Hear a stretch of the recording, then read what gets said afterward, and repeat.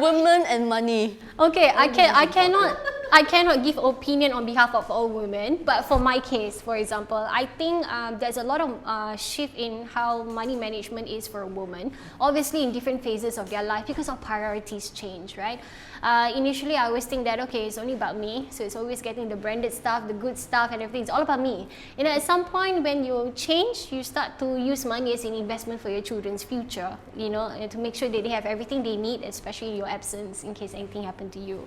And also you start to become more cautious. And being thrifty doesn't mean you're frugal. Sometimes it's just about being cautious of what you purchase, so you have value for what you invest or buy. But at the same time, knowing that tomorrow you can still last, you know, tomorrow in your business and stuff like that. So I think the money mindset shift has changed, but I do want to emphasize that sometimes it's okay if women are still struggling with money management in the beginning because we're not trained in school for this. Our teacher didn't tell us last time when we had an income, we have to do like this. You know, so these are things that we are still learning, but there's a lot of resources online where you can learn from other people and how they do their money management.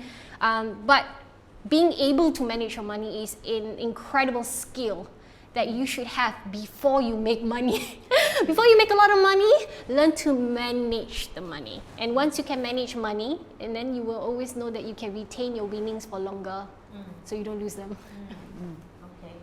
So I think for me, money and women means, for me as a woman, having my own source of income will mean that I have a voice in the house. Yeah, I think for a lot of Asian families with a lot of stay-at-home moms, they feel like when they are using their husband's money, they don't have the authority to spend on the things that they want to. Even if it's just pampering themselves on a small facial and all that, they feel guilty. They feel like I'm spending my husband's money and this is not right.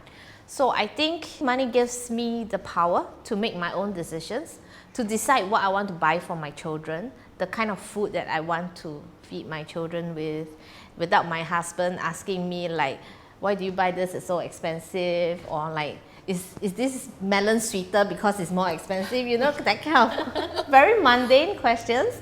But I think, yes, I don't have to answer to this kind of questions and interrogations. So so yes, and I think like it also gives me the power to buy the things that make me happy.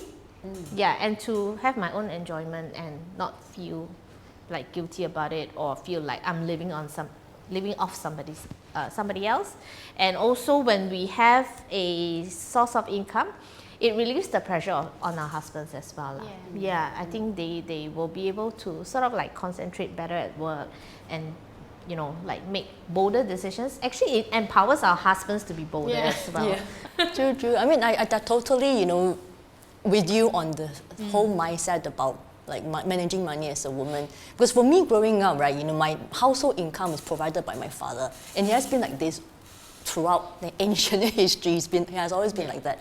I've been taught to think this way, and this particular question kind of trigger a lot of like, you know, memories, things that in the past that I allow myself to allow my ex-husband to handle money, my earnings, my salary, you know, the operational money that we put into our business and so on and so forth. And in the end, right, I was the one stuck with a debt.